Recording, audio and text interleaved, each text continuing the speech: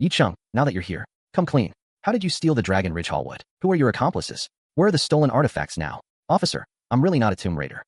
I just wrote a novel about Dragon Ridge Hallwood. Writing a novel isn't a crime, is it? A novel? Huh. You won't give up until you face the facts. Li, show him the evidence. I stared at the crime scene photos in my hand, my mind going blank with a bang. I couldn't help cursing under my breath. It couldn't really be this coincidental, could it? Even I was completely stunned. I traveled to this world, only wanting to be a safe copycat novelist. Who knew the things I wrote in my novel actually existed? Now I could never clear my name. Here's your chance to atone. It's been raining over there. The archaeological team can't carry equipment across the mountains. Do you have any good methods or shortcuts? If you tell us, I'll try to get you a reduced sentence. I shrugged. I'm innocent, so how can I atone? The Dragon Kingdom here, though claiming 5,000 years of historical culture, has no unearthed artifacts from pre-Qin history. The West refuses to acknowledge it, dismissing it as myth. The archaeological community has long been indignant, though not wanting to argue with other countries. We can't let them laugh at us if we can prove it through archaeology and promote the profound heritage of our Chinese civilization. It's something every Chinese person should do, and I, Yi Cheng, am no exception. Good. Wait a moment. I'll go ask the higher-ups. One day earlier, the archaeological team had been stationed here for 3 days. It had been raining nonstop for days. The mountain dirt roads were slippery and muddy. The team couldn't make it into the mountains. Inside the temporary tent, I worried that if we delayed any longer, the higher-ups would cancel the project. Then we would miss another perfect opportunity to study ancient culture. As he spoke, he suddenly noticed a girl sitting below, not only not listening to the meeting, but also looking down and scrolling on her phone. Professor Chin's face darkened instantly. He felt a bit angry. Li Duo, are you listening to me? Everyone is thinking of ways to get into the mountains, and you're still looking at your phone. Can your phone give you a solution? Someone might be able to help. That person is Yi Cheng. Yi Cheng is a writer. He pioneered the tomb raiding genre in the country. The content of his novels is extremely realistic, giving a sense of immersion. Many people think it's not a novel, but his personal experience. The young people beside him chimed in, their tones full of agreement, saying that sometimes while reading the tent switch scene, they feared a zombie might jump out. Clearly, this group were all devoted fans of Yi Cheng. Professor, don't listen to their nonsense. I've been in archaeology for years, and I've never seen such things. You've worked a lifetime. Have you seen it? No, but I can't say absolutely not. The world is vast, and there are wonders of every kind. Maybe they do exist. If everything Yi Cheng wrote was fake, why was he arrested? It's just coincidence. Yi Cheng got lucky by accident and happened to guess correctly. No, the sandalwood sword is rare enough. But how do you explain the human-faced fruits from the Western Zhou? Could that also be a coincidence? This person is no simpleton. He must have been there. He's absolutely a tomb raider. No mistake, Yi Cheng really is a tomb raider. Professor Chin continued. He contacted the site yesterday. The Tang tomb was intact, no burial items missing, and the only precious cultural relic, Wenxiang jade, wasn't taken. That proves Yi Cheng is at least not a bad person, far more conscientious than those tomb raiders who destroy artifacts. Hey Duo, Li Duo heard that, and immediately got excited. After the video connected, I saw Professor Chen and greeted him warmly. I had long heard of this archaeology expert. Professor Chen got straight to the point. Mr. Yi, you must know our purpose. We're very anxious right now. I don't care who you are. As long as you can help us get into the mountains quickly, I will do my best to plead for you. So the police go easy on you. I held back the urge to curse. Professor Chen, you have a drone, right? Send the drone up. Scan the area. I want to see the terrain. Okay, Wang Yin, go arrange it. Professor Chen nodded repeatedly, immediately telling Wang Yin to follow my instructions. But Wang Yin was very reluctant. Wang Yin, hurry up. Teacher, you rest, I'll go. The drone lifted off and sent footage to my phone.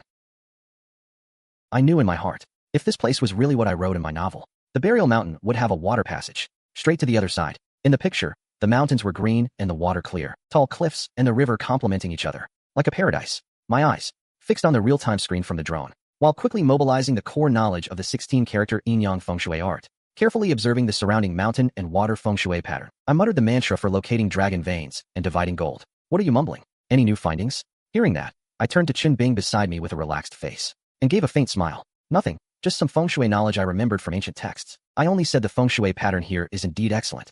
Water dragon and earth dragon blend and nurture each other, mutually reinforcing. Whoever is buried here must be a person of great importance. Qin Bing finished listening, his face full of skepticism.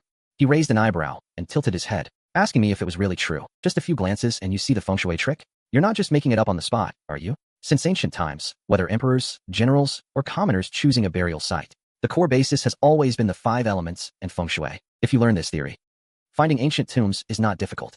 Professor Chen, who had been silently watching the screen, heard this, and immediately voiced his agreement. Selecting a site for ancient tombs is based on the 5 elements and feng shui. But this theory is obscure and difficult, and few throughout history have mastered it. Those who do master it achieve remarkable things. After saying that, Professor Chen immediately turned to look at me, curiosity and exploration in his eyes. He asked, From what Mr. Yi says, you have specialized research in this theory of 5 elements and feng shui. I need it for writing novels. So I looked up some ancient texts and studied a bit. Just a superficial understanding. Professor Chen let out an oh, and didn't take it seriously. Probably thinking that, by superficial understanding, I meant just reading a few books. Impossible to truly get started. Suddenly, I stared intently at the screen, having a new discovery. The picture showed the junction of 2 mountains. Immediately, I solemnly shouted for the drone to stop, telling Li Duo to quickly descend. Li Duo immediately responded and lowered the drone. When it reached the top of the mountain, everyone suddenly saw 2 mountains overlapping diagonally, the taller one just covering the shorter peak. From afar, they looked close together, but up close, there was a wide gap between them, with river water rushing through. Wang Yan and the others were stunned. They had never noticed this before. I, on the other hand, remained very calm. Wang Yan and the others were stunned. They had never noticed this before. I, on the other hand, appeared very calm. I told them to send the drone further along the water channel to take a look. Li Duo's voice was full of anticipation. Immediately piloted the drone forward through the gap between the 2 mountains.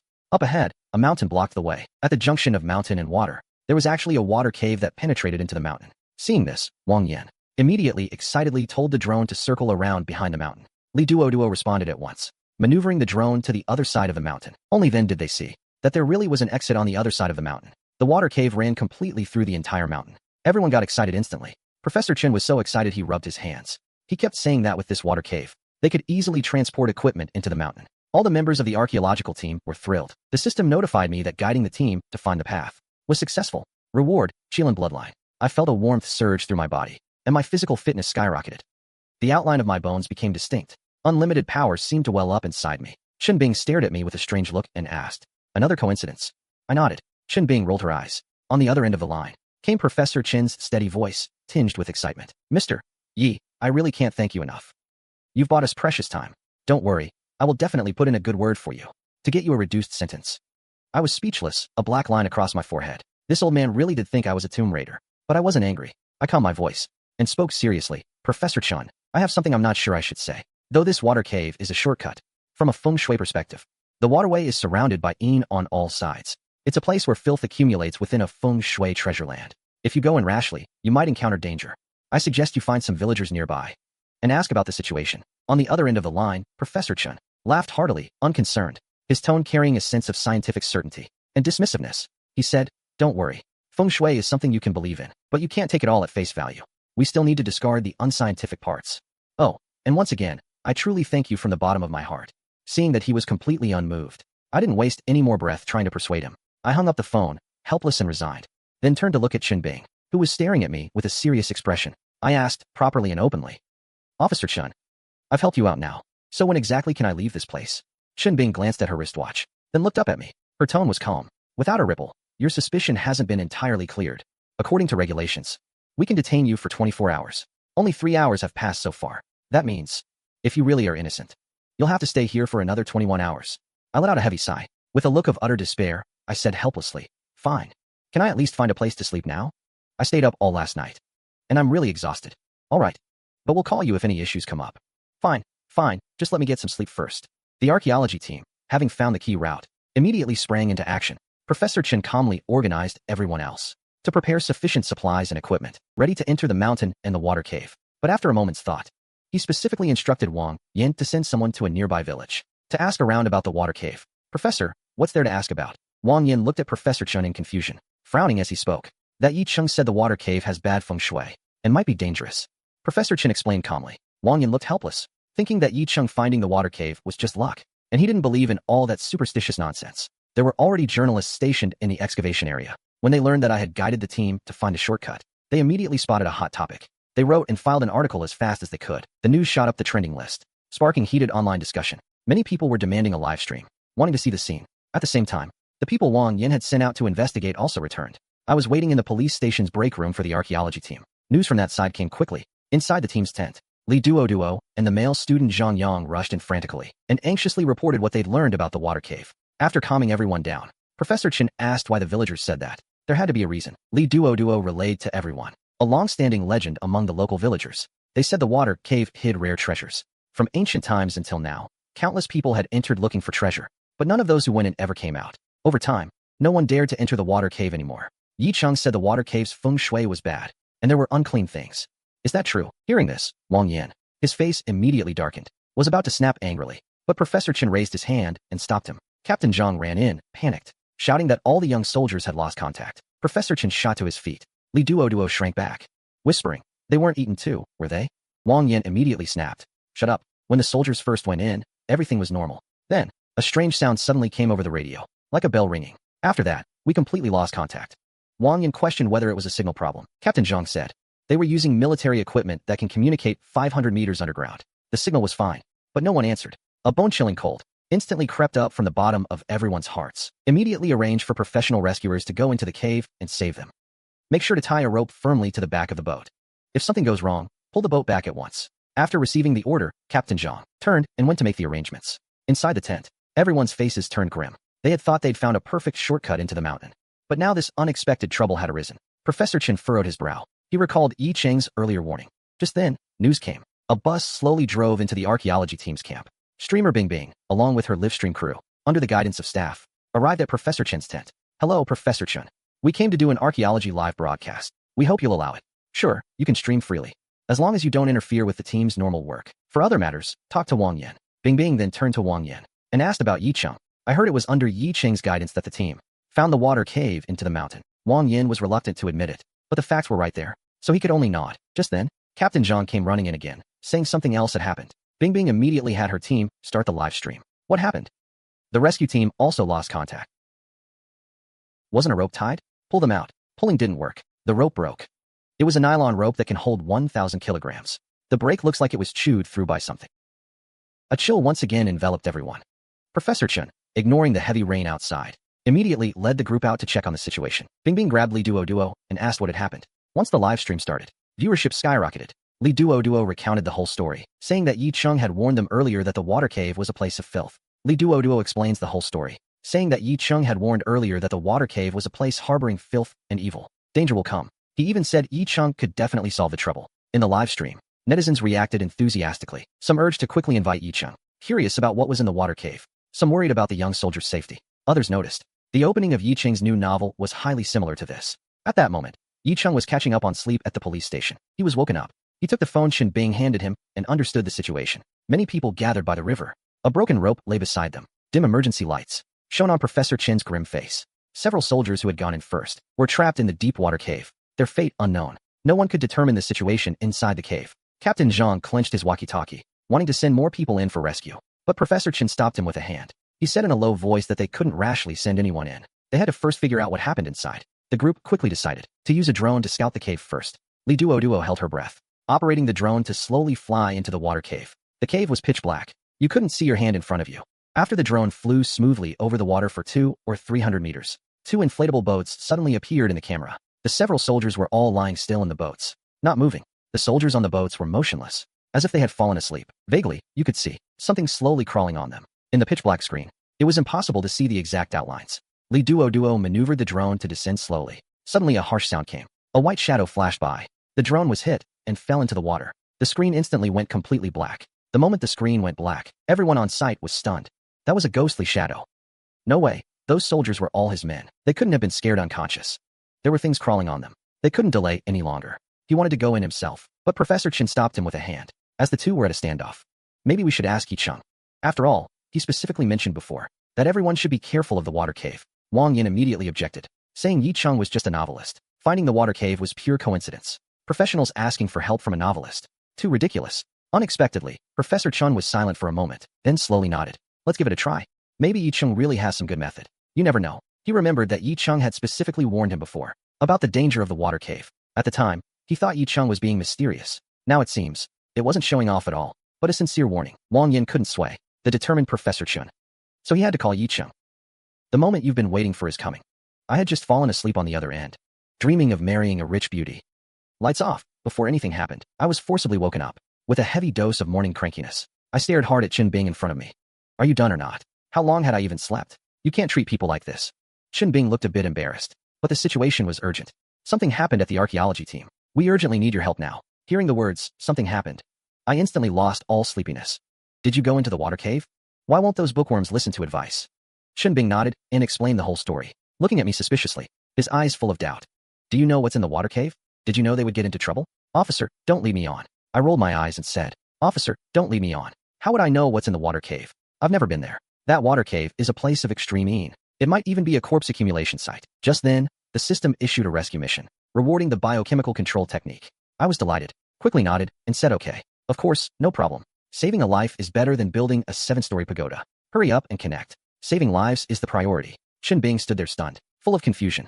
The person who was so reluctant just now. Why did he suddenly become so eager? The connection went through smoothly. On the screen, Professor Chun had a bitter smile, his expression full of embarrassment. After all, I had specifically warned him before, but he hadn't taken it seriously at all. That led to 6 soldiers being trapped in danger. I didn't waste any time.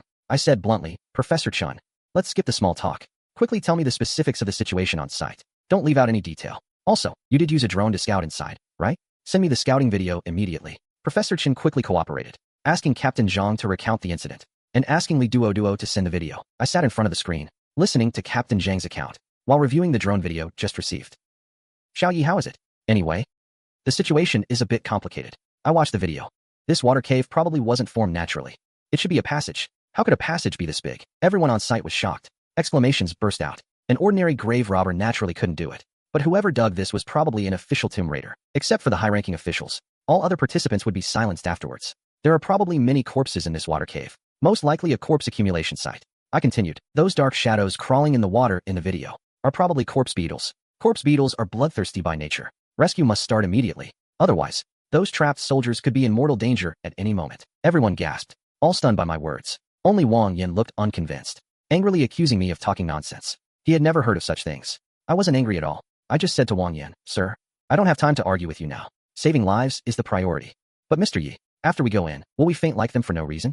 I explained the bell sound was why they fainted. Told them to make sure to wear earplugs before entering the cave. Prepare plenty of weapons and ammo. Not absolutely certain, but time really is running out. If we go too late, there might only be skeletons left in the cave. I shrugged, responded frankly. Everyone was skeptical of my words, wondering if I was making it all up.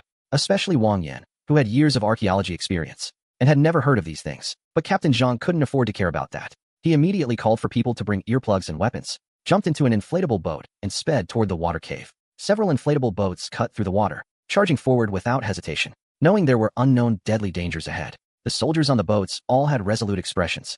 Not a single one showed any sign of retreat. I couldn't help but sigh with emotion. No matter the time, the people's soldiers always give you a full sense of security. The audience in the live stream were also giving the soldiers thumbs up. On the screen, everyone stared intently at Pai Bangting in the frame, their hearts full of tension, waiting for news from the front. I was no exception. These men are sons of the people. I naturally didn't want any of them to get hurt. Mr. Yi, while we have this time, could you tell everyone about the corpse field and the corpse beetles? These two things. I think everyone here, like me, has never heard of them. I snapped back to explain. A corpse field is a place where bodies accumulate. A massive buildup of death qi can produce phenomena that science cannot easily explain. That's feudal superstition. I didn't take offense. I only said that the wisdom of our ancestors cannot be dismissed. You flatter me. I'm just respecting the cultural legacy our ancestors left behind. If you actually studied it, you'd find there are many things in it that can captivate you. I said sincerely. I've always felt that ancient culture isn't dregs, but rather the distilled experience of countless generations. Li Duo beside me looked at me with even brighter eyes. He was also a veteran enthusiast of ancient culture. Now hearing my words, his eyes were filled with awe. As if a light bulb had gone off, the live camera panned over. Wang Bingbing leaned forward slightly, holding the microphone. With a serious expression, she pressed on. What about the corpse beetles? As far as I know, in the current catalog of flora and fauna, there doesn't seem to be such a creature. I nodded lightly, and patiently explained that corpse transformation is a type of dragon lion. Strictly speaking, when the death qi of a corpse field reaches its peak, through eerie changes, a special species is born. I added further. They are several times larger than ordinary dragon lions, even tens or hundreds of times.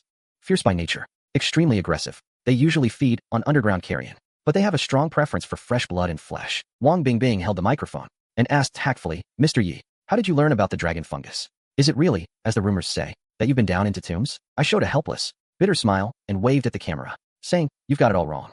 I'm no tomb raider.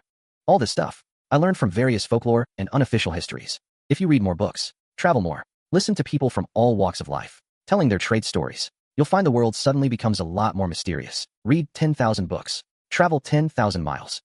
The ancients did not deceive me. In the live stream, some people thought my words were precise and reasonable, but others started to heckle and argue. Someone claiming to be a biologist said, There's no such thing as corpse transformation. Dragon corpses don't hurt people, and due to genetic limits, they can't grow that big.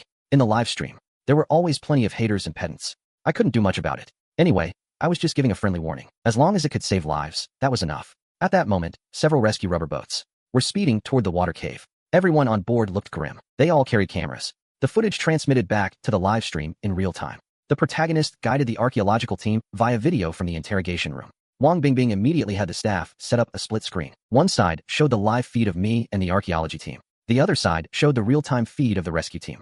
The atmosphere in the live stream instantly became tense. Comments were flooding in. God bless our soldiers. The rubber boats entered the water cave. Powerful beams of light illuminated the surroundings. Captain Zhang raised his hand to signal orders. Everyone wore earplugs, so they could only communicate with hand signals. The interior of the water cave was low-ceilinged. In the shallower parts, everyone had to bend over to pass through. The tunnel walls were smooth and damp, covered with a layer of slippery moss. I said earlier this is the entrance. What does he think? The walls are smooth, ancient roundness and squared strength. That's the typical excavation style of an entrance. Absolutely unmistakable. He also marveled at my keen eyes, making the right call based on blurry images. In the live stream, some people praised me. Others started shouting that it was confirmed. In the interrogation room, Chunbin looked at me with even more suspicion. I could only feel helpless. But to obtain the method to neutralize the bio-threat, I had no other choice. The rubber boats pressed on. In the pitch-black water cave, a clinking sound suddenly came. Li Duo ran back to report. The tech department did an experiment with white mice. After removing the noise, out of 20 white mice, 15 fell asleep directly. 3 had eardrums ruptured. 2 showed no reaction. Professor Chin's expression toward me had completely changed. Whether or not I was a tomb raider, he now saw me as a talent. He was already talking about how to recruit me into the archaeology team. The live stream exploded, saying I was incredible. So many. Chen Bing was also holding his phone, watching the live rescue feed. He glanced casually at the rapidly scrolling comments. Seeing lines like, 10 girls want to marry me. He immediately shot me a glare. I looked completely innocent, having no idea what his problem was. Just then, a young soldier suddenly shouted, "Look!" Everyone who heard the shout felt their hearts leap into their throats. The real-time footage of the rescue team inside the water cave soon came back. In the deep, murky water cave, 2 rubber boats were jammed against the slippery rock walls. Several young soldiers lay motionless in the boats, their bodies bloody and mangled, with some dark, indistinct things crawling on them. Those dark, indistinct things, the smallest were the size of a fist, with sharp, jagged fangs, and they were still tearing at the soldiers' exposed skin. Beneath the cold, murky water, more of the same were frantically climbing onto the boats. The live stream comments exploded instantly. Captain Zhang, who was leading the team, had eyes that turned bloodshot, filled with barely contained fury. Captain Zhang waved his hand sharply, and suddenly gunfire erupted on the shore. Those corpse beetles swarming in, burst apart on impact. The murky water surface was covered with severed limbs and a putrid green liquid that stung the nose. While maintaining the suppressive fire, other team members rushed forward without hesitation to save their trapped and wounded comrades. "Captain, there's a big one over there." Without a second word, Captain Zhang aimed into the cold, murky water and fired a burst. A calf-sized, giant corpse beetle, as big as a calf, was turned into a sieve full of holes. The team immediately used a thick rope net to haul it up. Then Captain Zhang ordered everyone to retreat quickly. The corpse beetles in the deep water cave did not follow. They clustered together, frantically devouring their own dead. On the shore, Professor Chun and the others waited anxiously, on edge. Several wounded soldiers were carried off the rescue boats one by one, their bodies bitten and mangled. The cold wounds had turned black, but fortunately, everyone was still alive. The accompanying medical staff were about to treat the wounded soldiers. I immediately stood up and shouted, "No, absolutely cannot send them to the hospital. The nearest proper hospital is a 2 to 3 hour drive away. They're infected with corpse poison. They can't last that long." Everyone present heard this and couldn't hide their deep shock. From the start of this incident until now, every word I said had come true. No one dared take it lightly. Do you know medicine? I don't know medicine. But those corpse beetles, feeding for years on cold, damp underground rotting corpses, have accumulated an extremely large amount of deadly, highly toxic corpse venom inside their bodies. The wounds of the people here weren't fatal initially, but once that corpse venom fully enters the heart and lungs, even the gods couldn't save them. Right now, the most critical and important thing is to quickly draw the damp toxin out of their bodies. Human lives are at stake. We absolutely cannot lose our composure and let us just mess around recklessly. If I found out that all this, the medical staff here had completely confirmed me as some kind of all-powerful miracle man, I'd definitely be even more frustrated. But right now, I'm in a pretty good mood. Those wounded soldiers had barely escaped. I immediately got the exclusive biochemical suppression technique. A ton of new stuff popped into my head, all instantly integrated and understood. I took a quick look and couldn't help but stare in amazement. No wonder they said that apart from 5 elements feng shui, the moving mountain Taoists were the strongest among the 4 major schools. This biochemical suppression technique is practically a marvel of creation. The crowd on the riverbank had just seen off the medical team, and now they all surrounded the huge stone turtle that had just been hauled up. It was about the size of a calf, its pincers stronger than a pair of pliers. Its hard shell glistened with a cold, black gold light. On its membrane body, several bullet holes were steadily oozing thick green fluid, the stench of rotting flesh unbearable. "Professor Chin, have you ever seen anything like this?" I've lived most of my life, and I've never heard of such a thing. But Chunbing kept staring at me meaningfully from the side. This bizarre creature. Did you learn about it beforehand? From books you've read in the past? I calmly nodded. There was no need to lie about this. When I traveled to the countryside before, I happened to come across an old notebook recording grave robbing experiences, and it had detailed records about corpse beetles. Really? His face was full of doubt, his light tone carrying undisguised disbelief. Of course it's true. After everything that's happened, you're not still suspecting I'm a tomb raider, are you? He rolled his eyes dramatically. I didn't feel like dwelling on that topic either. The more I explained, the harder it was to clear things up. I turned to the livestream camera and spoke seriously, warning everyone watching to be very careful. If I'm not mistaken, the eerie bell sounds in the water cave come from these corpse beetles. And look at its hard tail. Completely different from ordinary corpse beetles. It's very likely been artificially modified. Better get rid of it quickly. Wang Yin beside him laughed again at that, his face full of disbelief. He spoke mockingly. According to you, this corpse beetle has been alive for 1,000 years. Stone turtles have very short lifespans. Even if they mutate, they can't live that long. With ancient people's level of skill, modifying bugs is a pipe dream. Don't underestimate the ancients. A lot of things they passed down for thousands of years, modern people still can't replicate. For example, the wooden ox and gliding horse, Lu Ban's flying bird. No power source, yet they could stay in the sky for days without falling. Tell me, can people nowadays easily make those? At those words, everyone on the spot was left speechless. Only Li Duo stood at the edge of the crowd, her round eyes wide open, staring curiously at the tail of the corpse beetle. She looked serious, as if she actually believed every word I said. You're Li Duo, right? I took the initiative to call her. She froze at first, then nodded eagerly, overjoyed, so excited she didn't know what to do with herself, her hands fluttering uncertainly. I smiled and said to her sincerely, "Thank you for the sticky rice. It should save those poisoned soldiers. It's nothing. Just lucky timing." Looking at this shy little girl, I found her rather interesting. You don't see such innocent, simple girls often these days. The smile had barely left my face when right then, Wang Yin received an urgent phone call. His expression instantly turned strange. "Professor, the medical staff say the sticky rice treatment is remarkably effective. All the soldiers are out of danger." Professor Chin's heart tightened. He'd thought something had happened to the poisoned young soldiers. Reading the rescue report from the front line, he was overjoyed. Wang Yin had earlier been the one most skeptical of Yi Cheng. Now, with a complicated expression, he nodded solemnly, confirming the news that Yi Cheng's method had saved lives was true. Soon, the news spread throughout the entire archaeological camp. Everyone showed shock on their faces. Yi Cheng's sticky rice detox method saved the lives of those trapped young soldiers. Wang Bingbing stood before the frontline camera, her tone serious and respectful as she addressed the online audience. The livestream chat instantly exploded. A barrage of comments flooded in saying Yi Cheng had saved 6 lives. Boundless merit.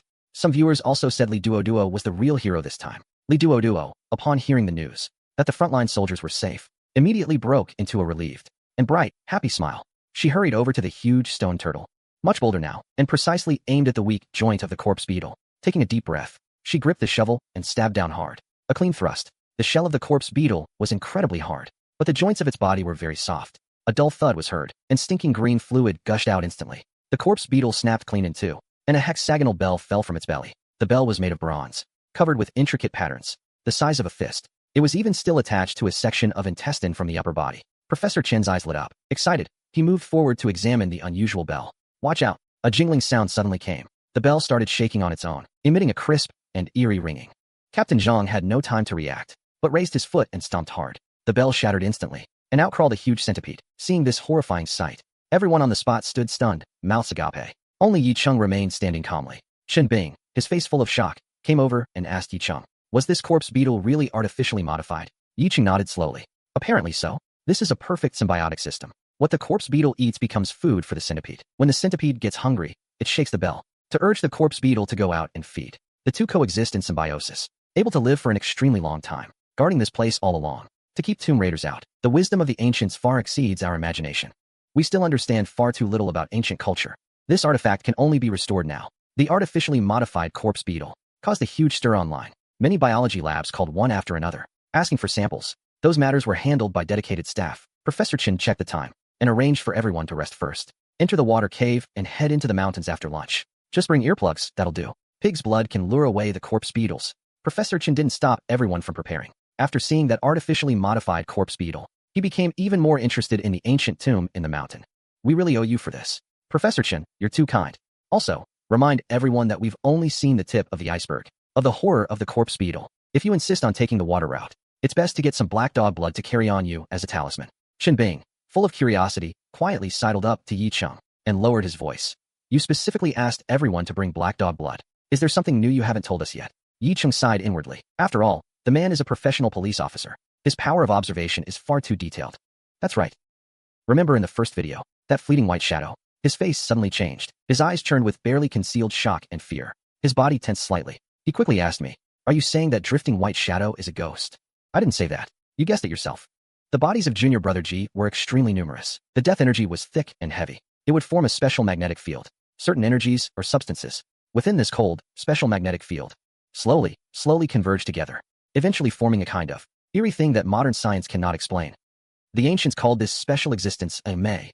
Professor Chen, will they still be in danger after going in? I helplessly spread my hands. How would I know? But even if there really is something weird, they brought enough black dog blood. Shouldn't be a problem. The archaeological team quickly got ready. A dozen rubber boats were launched steadily in turn. Captain Zhang took the lead. Everyone was fully armed. Earplugs were stuffed in their ears. The boat convoy slowly entered the deep water cave. The beams of high-powered flashlights lit up the cave brightly. The journey went very smoothly. Occasionally a corpse beetle swam quickly past in the water. Captain Zhang would immediately scatter pig blood to lure them away. Soon, eerie ghost fire appeared ahead. Archaeologists knew that was spirit fire. They weren't too scared.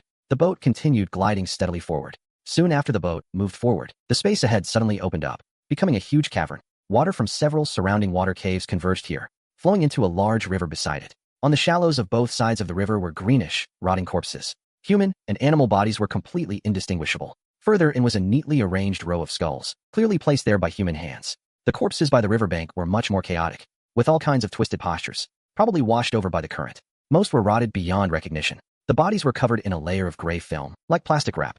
From time to time, fist-sized corpse beetles crawled out of the corpses' mouths. The small ones tried to get close, only to be bitten and eaten by the big ones. The sight made everyone's scalp tingle. Several young team members couldn't handle the shock, leaned over the boat, and vomited. The archaeological team turned a corner and ran into disgusting corpses everywhere. It really nauseated everyone. Even old-timers like Professor Chen and Wang Yan were a bit shocked. Xiao Chun and the others had already thrown up badly. Li Duo and Wang Bingbing were also dry heaving. The live broadcast room instantly exploded. Everyone said that Yi God had hit the mark again. This is what he called Junior Brother G. Bingbing, fighting back the overwhelming nausea, spoke to the camera. This should be the Junior Brother pit that Yi Cheng mentioned. According to Yi Cheng's account, these are likely laborers on the ancient official road, who were executed after digging the tomb, and left here. I've changed my mind. More and more I think Yi Cheng might actually be a tomb raider. Too many coincidences. Only a fool would believe it. Professor Chen stood by the boat, his brow slightly furrowed. This man not only knows feng shui and occult arts, he also knows about many rare curiosities that even we don't know about. He kept wondering, could Yi Cheng be the legendary Touch the Gold captain?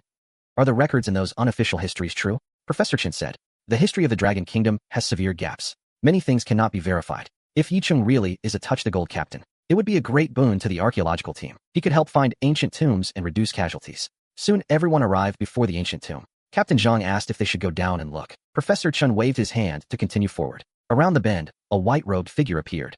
Everyone was mesmerized. Yi Cheng noticed that only Li Duo was unaffected. He shouted, Li Duo, splash him with black dog blood. Li Duo, quickly splash him with black dog blood. Hearing my words, Li Duo fumbled to unscrew the cap, plucked up her courage and hurled it hard at the white shadow. The stinking black dog blood instantly drenched the white shadow. A piercing shriek exploded directly in everyone's mind. Thick black smoke immediately billowed from the white shadow. Everyone on site shuddered, snapping back to their senses instantly. In the damp, cold water cave, Captain Zhang quickly holstered his gun. Professor Chen also hurriedly stepped back a few paces, creating a safe distance. Don't just stand there. Go now. Don't look back, any of you. Remember, absolutely do not look back.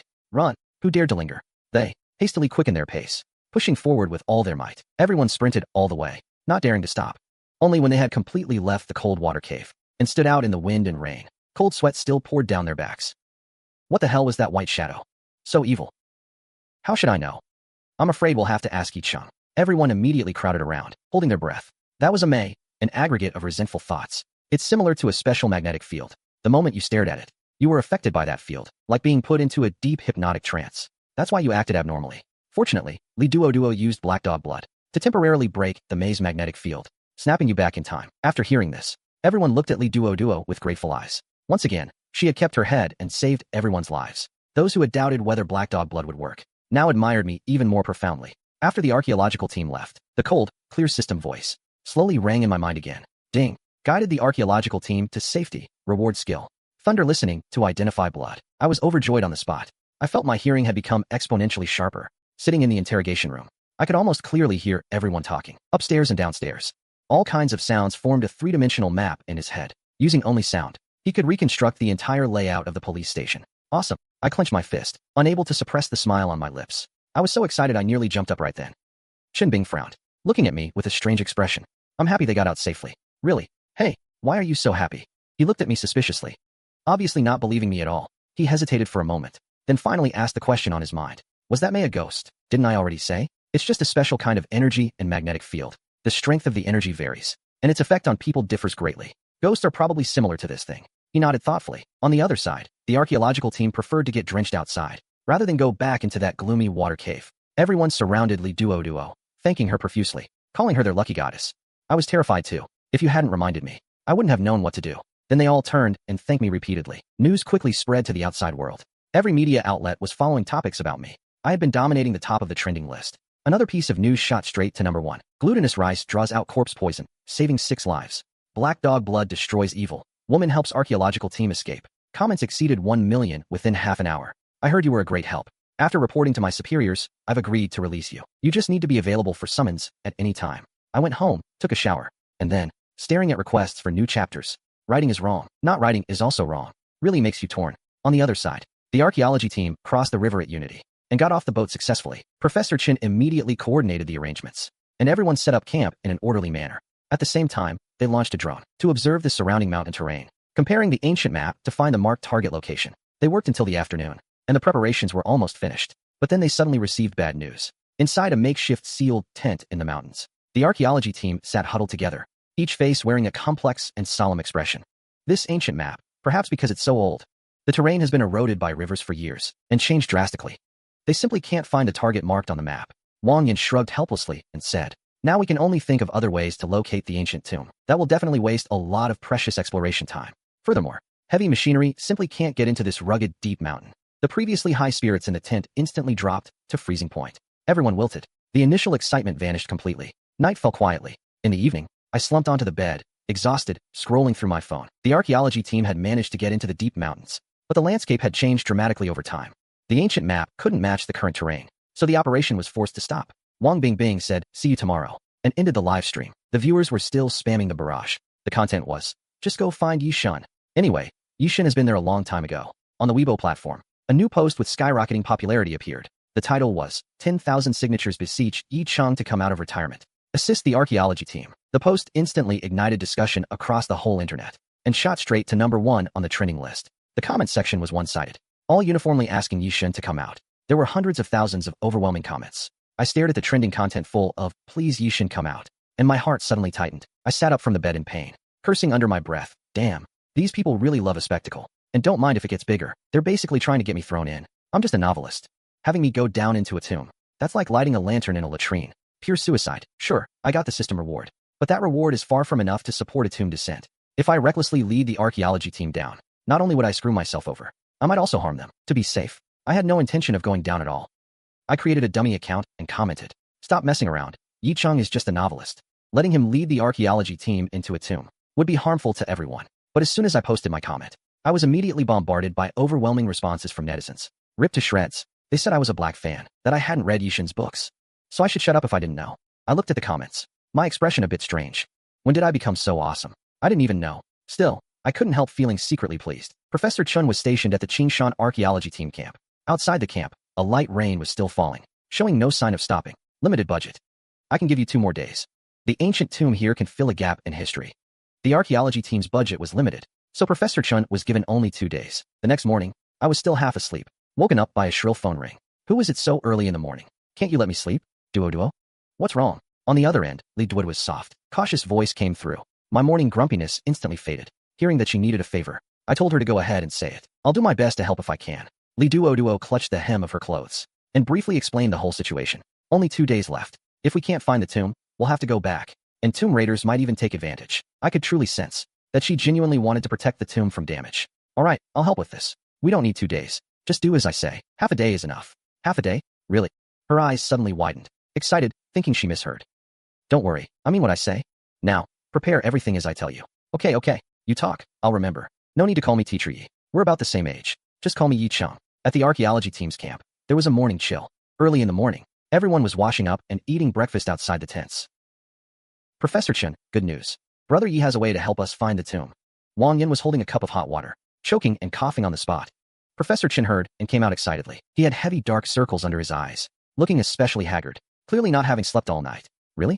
Brother Yi himself? He guaranteed that if we follow his instructions, we can pinpoint the location in half a day at most. Everyone, drop what you're doing. Come gather here. Professor Chen nodded repeatedly, calling everyone to drop what they were doing and come gather. Bing Bing immediately urged the staff to start the live stream. Even though it was only 7 a.m. in the stream, many viewers were already waiting in front of their screens. Good news, everyone. Yi Xin is going to act. He'll guide the archaeology team to find the tomb online. No longer than half a day. The viewers instantly exploded. Inside the tent, Professor Chen pulled Li Duo aside and asked me what method I had. Very simple. At 4 points 1 kilometer apart in the cardinal directions and 1 center point. Bury explosives and detonate them. Record the sound with professional equipment. Then send it to him together with the topographic map. He calls it identifying position by sound. It can locate the tomb and even sketch the approximate layout of the underground tomb. Wang Yin immediately frowned, saying this was pure nonsense. Find a tomb just by listening to sound. Then what do they need us professionals for? We don't have any other good options. Might as well give it a try. Won't take half a day to confirm if it works. If Yi Cheng is really that capable, then just make the rain stop. Teacher, that's just arguing for the sake of arguing. Professor Chen waved his hand, telling everyone to stop arguing. Professor Chen asked, if not this method, does anyone have a good way to find the tomb? Everyone immediately fell silent. Might as well try this method. It's easy to implement. There are many extraordinary people in the Dragon Kingdom. Professor Chen nodded, telling Captain Zhang to arrange it. Captain Zhang also wanted to see if there really was such a remarkable person in the world. Several professionally trained soldiers buried the explosives at the designated spots in just 1 hour. Li Duo borrowed professional recording equipment and placed it at each detonation point to ensure high-fidelity sound. At 9 a.m., all preparations were complete. The 5 blast points were detonated in sequence. Li Duo obtained the recordings and sent the data to me. I replied, I'll get back to you in half an hour. And so the archaeology team began to wait, holding their breath, standing right there. My heart full of anxiety, I quietly began to wait. The unearthing of an ancient tomb is not just an archaeological victory, but also a completion of Dragon Kingdom culture. It can boost national confidence and influence. I got up this morning, had nothing to do, so I casually opened the live stream. Seeing the people on the screen, both disbelieving and somewhat expectant, I couldn't help secretly smiling to myself. This skill of identifying positions by sound, in the past, I myself would never have believed it. But ever since I got the system reward, the ability to identify tombs by listening to thunder, this matter has become completely foolproof. I raised my hand and carefully locked all the doors and windows in the room. I took the pre-prepared survey topographical map, printed it out in full, grabbed a pen and blank paper, and walked straight to the bathroom. This place has the best soundproofing and is the quietest in the entire house. I clicked on the first recording. A muffled explosion sound came through immediately. I instantly held my breath and focused, quietly capturing every subtle sound. The explosion sounds entering my ears, transformed into clear, tangible sound waves in my brain, layer by layer penetrating the thick ground surface, straight into the deep underground. I could clearly perceive the shape of the underground structure of the entire area. Even the precise location of tiny mouse holes could be accurately determined. I randomly raised my hand and quickly sketched on the paper. Just a few minutes passed. I pressed the play button, released the second explosion sound. Comparing with the underground structure I sensed in my mind, I drew another map. Just like that, I drew 4 fragmentary maps in succession, firmly memorizing all the details. Finally, I played the explosion sound from the central location and drew a complete core structure map. A full half-hour passed. I finally completed the entire underground structural drawing work. The underground situation was really too complex. Crooked pits everywhere, interwoven with narrow passageways. That's why it took so much extra time. I carefully marked every specific location on the map, stood up and stretched my stiff, aching back. I leaned against the bed, looked down at the intricately complex, complete hand-drawn map in front of me, and couldn't help clicking my tongue in amazement. The underground actually was an extremely rare wood-in-wood nested structure. Fortunately, I deliberately slowed down the pace at every step, drawing slowly. Otherwise, this bizarre situation would truly be impossible to explain. At the other side, the archaeological team's survey site was already waiting anxiously. A full half-hour had passed, and they still hadn't received any news from me. Half an hour now? How come there's still no news? Yeah, nothing's happened, has it? Someone couldn't help gathering together, starting to whisper and murmur. Li Duo kept raising her hand to check the time on the screen, yet didn't dare to send a message urging me. Everyone, a little more patience. In the online live stream room, countless viewers had also long grown impatient. Some kept sending bullet comments, saying they deliberately skipped work, just to stay in front of the screen waiting for the final result. Just then, Li Duo's phone suddenly rang urgently. She quickly picked up the phone and opened it, seeing it was a new message from me. Her fingertips trembled slightly, and she tapped the voice note I sent. Sorry about that. The terrain down there was really too complex. Took a lot more time, but fortunately, it's done. I'll send you the map. All the places that need marking are marked. Just follow the map and search. Li Duo's phone rang urgently again. I sent the complete hand-drawn underground palace structural sketch quickly over. Everyone at the archaeological survey site immediately gathered around. I marked coffin sequence around the main tomb chamber, a kind of maze. Behind it, I marked dove occupies magpie's nest. Professor Chen stood by the edge of the pit at the archaeological site. Lost in thought, he slowly opened his mouth and said, "It seems this ancient tomb is not simple. It most likely hides unknown secrets inside." His curiosity about this mysterious ancient tomb at that moment grew heavier and heavier. I had just set the homemade dishes on the table when a crisp system notification sound suddenly rang in my head. A clear ding sounded in my mind. The system notified me that the archaeological team successfully found the ancient tomb. Reward: complete detailed explanation of ancient and modern characters. My heart suddenly surged with wild joy. From now on, there will be no characters I don't recognize. Although this reward doesn't enhance hard power, it is an extremely critical aid. In a 1,000-year-old ancient tomb, there is usually a complete stone epitaph engraved. As long as you can directly read the ancient characters on it, you can quickly and accurately determine the true identity of the tomb owner. Just then, my phone suddenly rang. It was a video call from Li Duo. After I answered, her delicate and pretty face immediately appeared in the lens. This girl has lively eyes and brows, a clean temperament. Truly, the more you look, the more pleasing she is. Duo in trouble again. I was in a pretty good mood right then. Brother Yi, you guessed right again. At the exact location you pinpointed, we dug more than 6 meters, and then we actually dug up blood. Take a look. None of us know what this is about. None of us know what this is about. Take a look quick. Down there, a dazzling patch of bright red, as if repeatedly drenched with fresh blood. The protective shelter at the archaeological site was already firmly set up. A wide dirt pit, a good 5 or 6 meters square.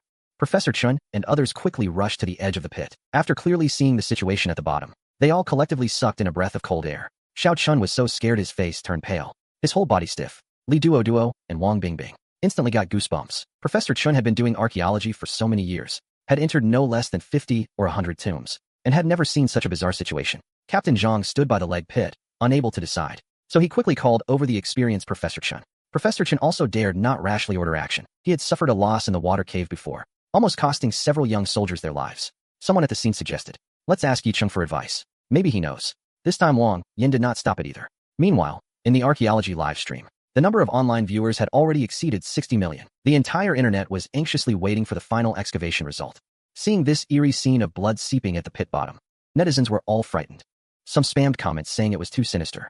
Others shouted to quickly consult the night god. I stared at the bright red in the phone lens, my brows tightly furrowed.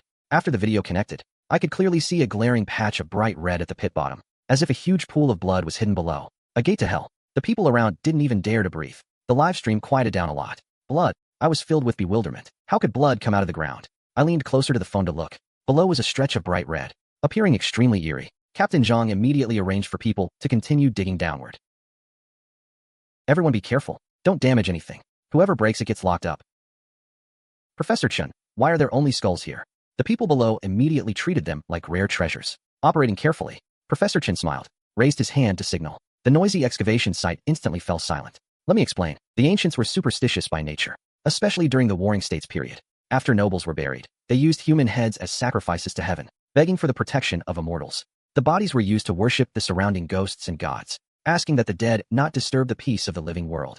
He continued in a deep voice, addressing the gathered crowd. The placement of the sacrificial skulls and bodies has always corresponded to each other. Now that we've dug up the human heads used for the sky sacrifice here, the area below should be the coarse sacrificial hall of this ancient tomb. Hearing this, Bingbing immediately turned her head, looking at Professor Chen beside her with great anticipation. Professor Chen gave Bingbing a solemn nod. I couldn't have said it better myself. From the Western Zhou to the Qin dynasty, every dynasty had the tradition of sacrificing living people to heaven and ghosts. So Teacher Ye's ability to locate by sound really found the exact location of the underground tomb. Hearing this, Professor Chen nodded firmly at the livestream camera. No doubt about it. Xiao Ye's skill, whether others accept it or not. This old man is truly convinced from the bottom of his heart. The entire internet instantly erupted. Initially, no one believed I could locate by sound, but as the tomb's outline gradually emerged, everyone had no choice but to believe. Just then, from the excavation pit below, a staff member's excited shout suddenly rang out. "We found it! We found it! This should be the top of the tomb. Quickly clear the edges. Find the tomb wall." Before long, a new pit was cleared in the adjacent area. Ahead, a complete brick tomb wall was revealed.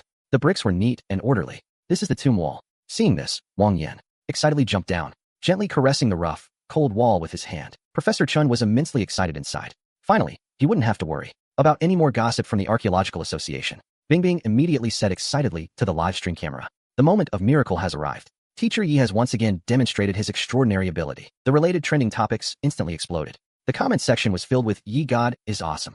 The staff prepared to break through the wall. I stared at the screen and said to Li Duo, "Don't let them break through the wall yet. Bring the camera closer to the wall." Li Duo immediately asked in surprise, looking at the camera, "Brother Yi? Did you find something? Does this wall seem problematic? Go down first. I need to examine the surface carefully." Li Duo quickly walked down, firmly pointing the camera at the entire wooden wall in front. I told him to feel the brick joints carefully with his hand. "Isn't it very smooth?" He immediately reached out and carefully felt the brick joints. Looking at the camera, he said in surprise, "Brother Yi, you're right. The brick joints are very smooth, like there's a layer of wax. Then there's no mistake. This wall cannot be opened. We need to find a way to remove the end stone intact from inside. Wouldn't breaking it open directly be easier?" After confirming the condition of the wax seal layer and handling the immediate danger, Captain Zhang quickly stepped forward. "What's the next step?" "Dig another deep pit nearby. Find a metal needle tip and connect it to a plastic hose.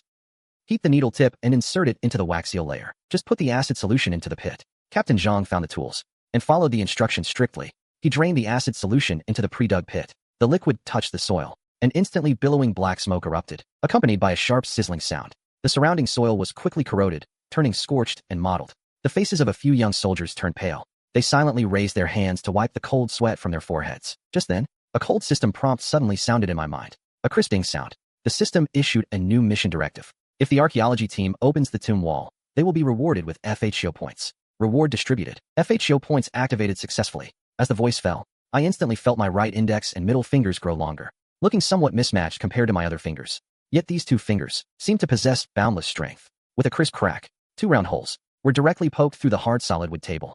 Not only that, but these 2 fingers also became exceptionally sensitive. Gently touching the wall, I could feel the subtle vibrations inside the wall. I found a combination lock. Scrambling the order, I relied entirely on FHO perception. The movement of the lock pins was crystal clear. I opened the lock with ease. I couldn't help but click my tongue in admiration. With this skill, it would be a waste not to become a thief. I bet if the ancestors of the FHO sect knew this thought of mine, they'd lift their coffin lid and come knock some sense into me. I can't let that happen. After it was completely drained, Captain Zhang immediately ordered the wall to be fully breached. Finally, the long-sealed ancient tomb was revealed inside. Technicians quickly used an air detector to test various indicators. Tests showed all air indicators inside the tomb chamber were normal. Professor Chen couldn't wait any longer.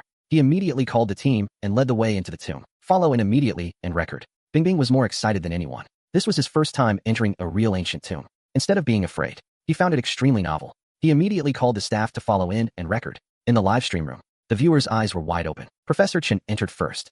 The tip of his nose was filled with a musty, decaying smell. This smell was incredibly familiar to him. He had spent no less time in tombs than he had sleeping at home. The entire tomb chamber followed a round heaven and square earth layout. We entered from the north side. The stone slabs on the floor were carved with various ancient characters, arranged in a bagua pattern. Around the tomb stood 8 long extinguished lamps. In the center of the chamber stood a 4-legged square cauldron. The cauldron's body was carved with patterns of the sun, moon, and stars. Directly opposite sat a heavy stone coffin. Behind the stone coffin was a passage leading to a hidden chamber. Bing lowered his voice and introduced the interior of the tomb chamber live. The chat instantly exploded. Professor Chen told everyone to take photos quickly, saying these characters were precious cultural heritage. Bing asked if they could determine the tomb's period. Professor Chen said, "These should be characters from the Lu state during the Warring States period, but deciphering them will be extremely difficult." "Teacher Yi, have you studied ancient scripts?" Professor Chen thought this was even harder than locating by sound. Many people might only decipher a few characters in a lifetime of study. Yi Cheng, however, nodded. He said he had done some research. I told everyone. What's written below are the heavenly stems and earthly branches and sacrificial texts. The bronze cauldron should be for sacrifices. Inside should be the bodies corresponding to those skulls. I found a piece of the inscribed floor. I happened to recognize one of the 2 characters on it, so I thought I'd test you. Professor Chen and Wang Yan's eyes went wide, their faces full of disbelief. The live stream chat erupted in discussion. I accurately identified the character on the floor tile as a Shang Zhang. Beside it was Cheng Guang Xiaoyang. Both are one of the 10 stems.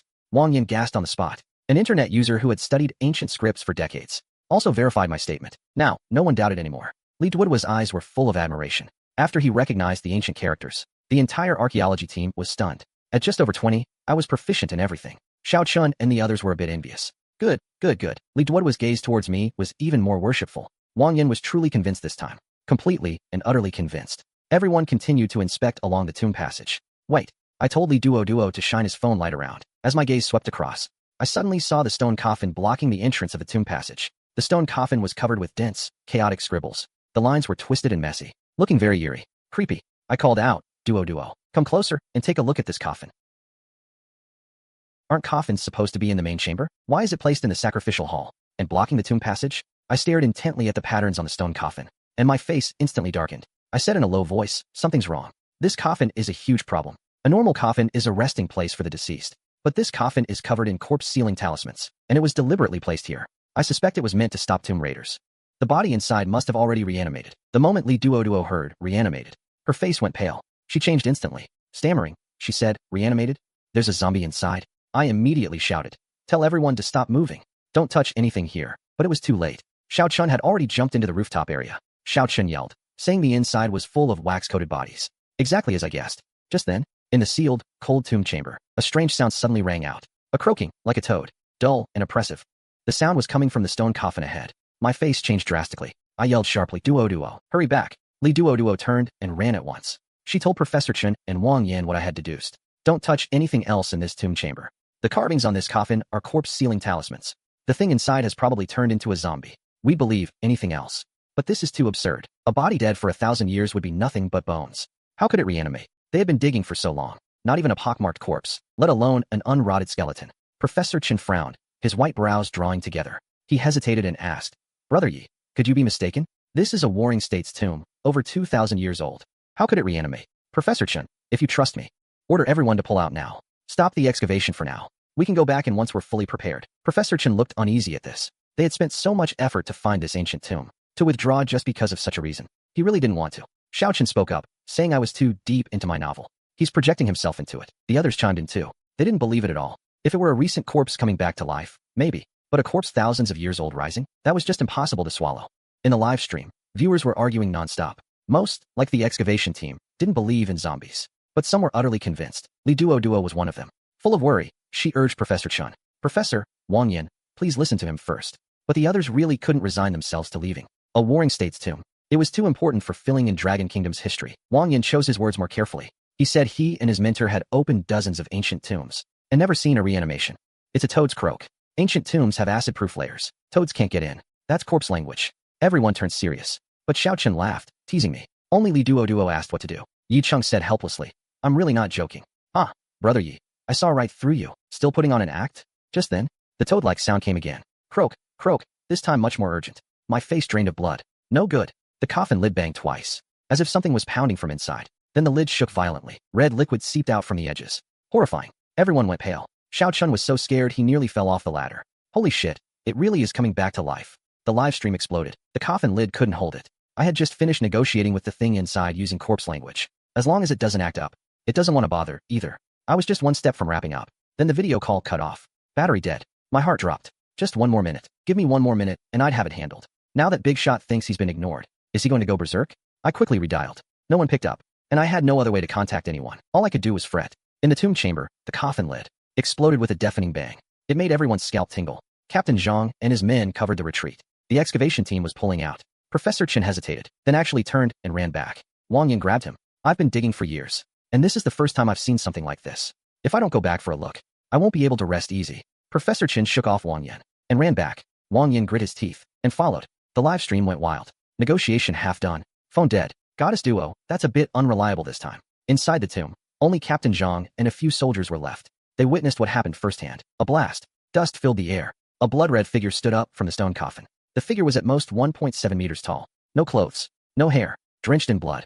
Thick blood dripped down steadily. Its face was a mess of flesh and blood. Only two hollow eye sockets glared fiercely at everyone, but it looked like an ancient beast, radiating murderous intent. Captain Zhang gasped. Yi Shen was right. It really did reanimate.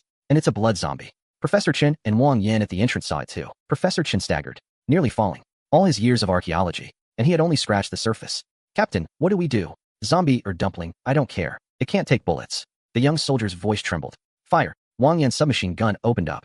Bullets punched into the blood corpse's body. The blood corpse shuddered slightly, but didn't fall. The bullet holes healed quickly. The pus on its body flowed like Newtonian fluid. Captain, it's useless.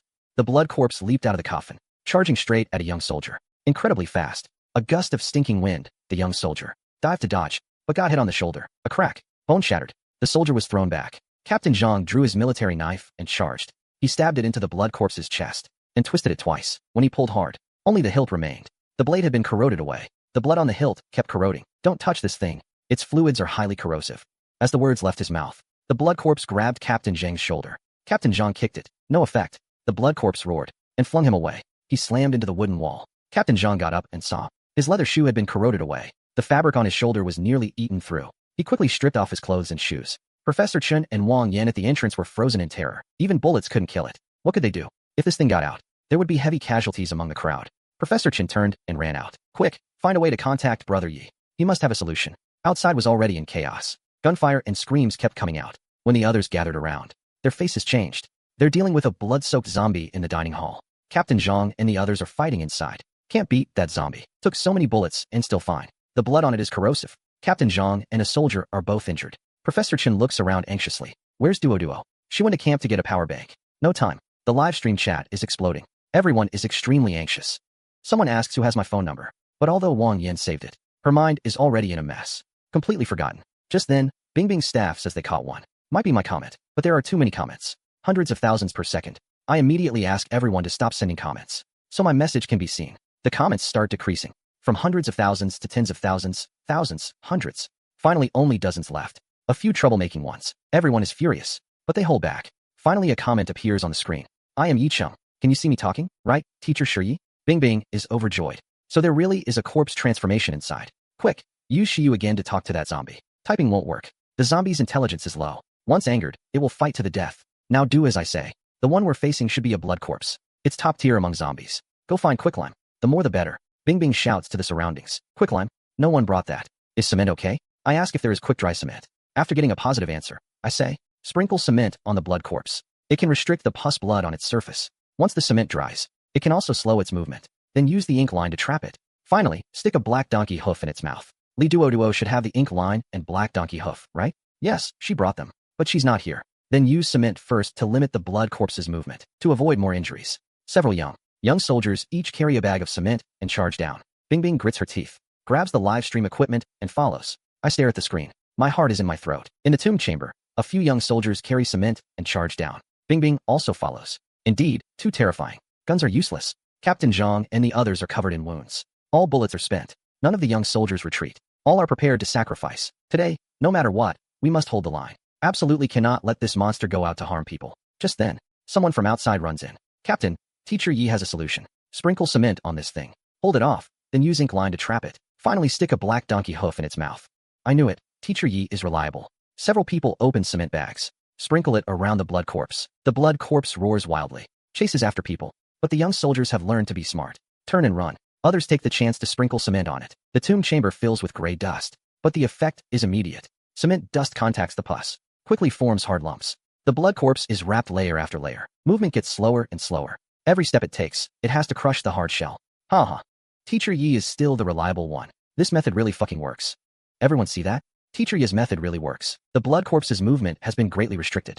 I breathe a sigh of relief. But I know in my heart, this is only the first step. The ink line and black donkey hoof haven't been used yet. Don't know when Li Duo can get back. The cement hard shell on the blood corpse gets thicker. Every movement makes pieces fall off with a crash. But it's too terrifying. Carrying a shell of hundreds of pounds, it can still move freely. Just a bit slower. Don't fight it head on. Wait until the black donkey hoof arrives. Li Duo finally runs back. Drenched all over. Carrying a backpack in her hand. She ran too fast. Fell down. Covered in mud. But stubbornly gets up. The backpack has black donkey hoof and ink line. Bingbing quickly goes to help her. Li Duo walks to the entrance. Sees that thing with cement hard shell all over. The blood corpse still roaring and fighting. Her body sways. Almost falls. So Teacher Yi was right all along. Bingbing asks her, do you also think Teacher Yi is a Tomb Raider? Li Duo shakes her head and says, I think he is a descendant of a Mo-Gene Corps officer. What he wrote in his books must come from the Mo-Gene notes left by his ancestors. As soon as the ink line and black donkey hoof arrive, Captain Zhang immediately directs the counterattack. Several people use the ink line. From 4 directions, form a well-shaped pattern. Trap the blood corpse. The line has a great effect on the blood corpse. Every time it touches, it's bounced back. Like being electrified with high voltage, they tighten the encirclement. The vibrating line wraps around the blood corpse. Crackling. Sparks fly. The blood corpse struggles fiercely. The cement hard shell on its body is torn. Captain Zhang has people knock the blood corpse down, takes the black donkey hoof and charges up. Taking advantage of the moment the blood corpse opens its mouth to roar, directly stuffs it into its mouth. The blood corpse that was struggling violently just now suddenly calms down. Doesn't move at all. Several young soldiers all sigh in relief. Li Duo's body goes limp, sits on the ground and faints. Extreme mental tension and running around in the rain. Physical strength completely exhausted. In the live stream room, countless people are curious about the principle. I sent a comment to explain. The reason the blood corpse can exist is because there is a special bioelectricity inside its body, keeping the body active. The black donkey hoof acts as a blocking resistor. Stuck in the mouth, it blocks the bioelectric flow, causing the zombie to temporarily lose mobility. But once the black donkey hoof is removed, bioelectricity flows again. The zombie will still stand up. To completely destroy it, either burn it with fire, or make the bioelectricity in its head disappear completely. The blood corpse is dealt with. System reward arrives again. Guided the archaeology team to subdue the blood corpse. Reward, level 5 coation kick. This is a unique skill of the mountain moving school. Very powerful, coation kick. I really want to try it in the room. Looking at the expensive furniture around, really couldn't bear to. The archaeology team is temporarily halted. Without my guidance, they don't dare to advance rashly. Indeed, the matter made headlines, but was taken down after a few minutes. All related topics on the internet were blocked. I know this is the government stepping in. They were taken away by a mysterious department. Everyone signed a confidentiality agreement.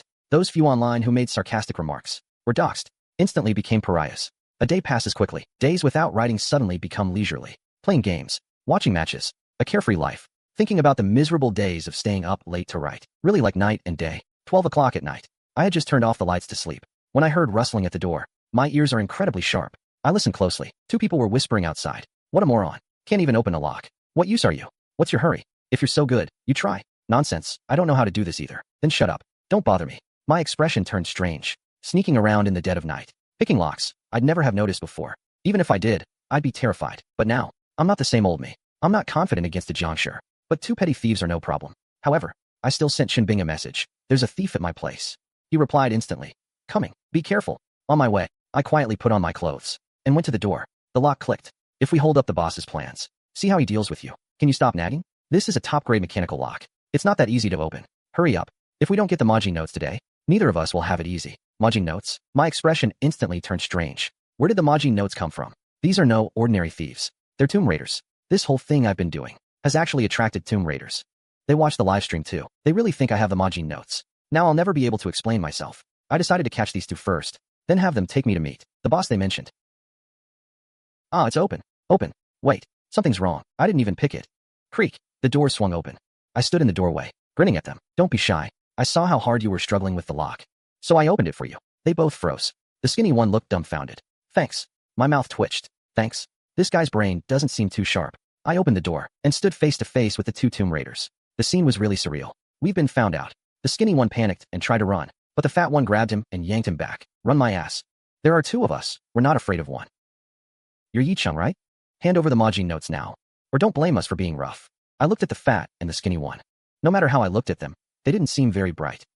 Too many eyes and ears outside. Come inside and talk. Wouldn't want someone calling the cops. Probably sent in as cannon fodder. Should we change into slippers? We're here to rob you. Change into your head.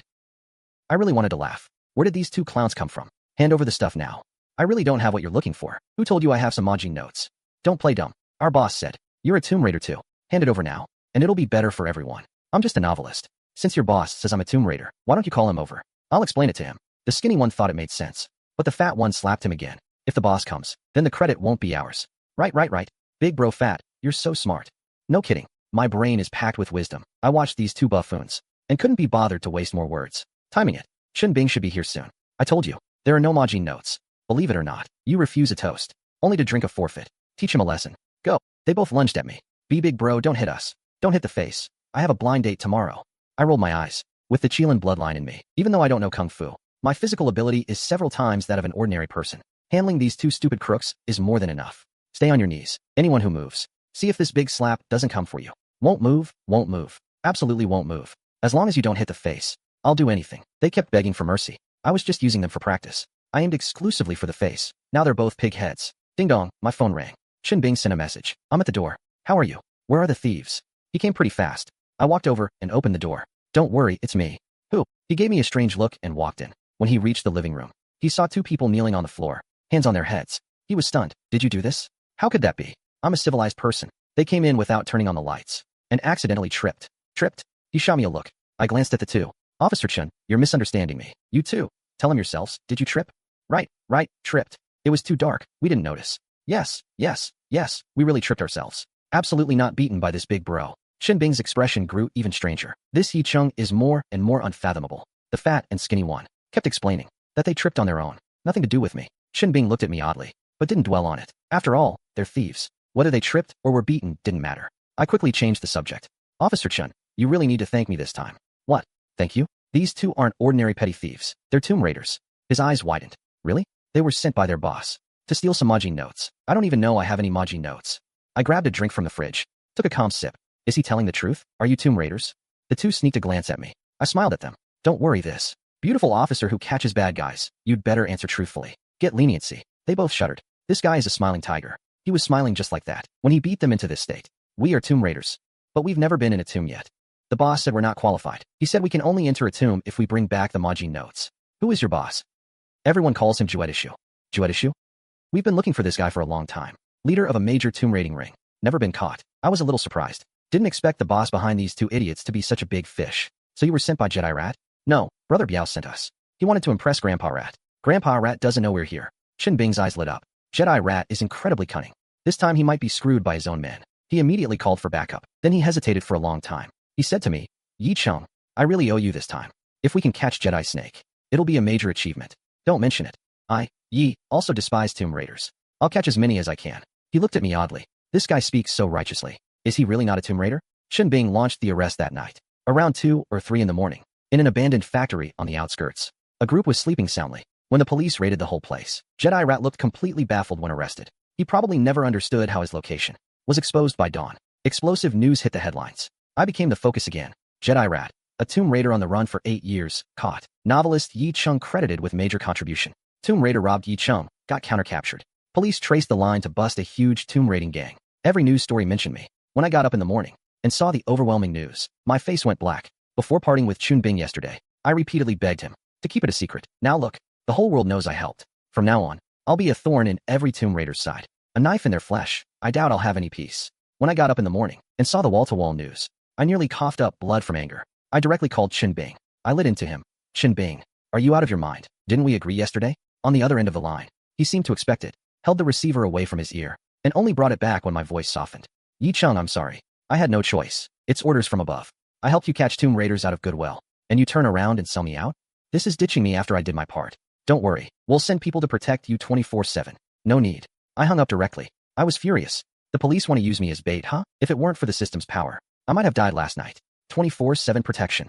Will it even work? Will tomb raiders always send such idiots? Ding, a message from Li Duo. Brother Yi, I heard about last night.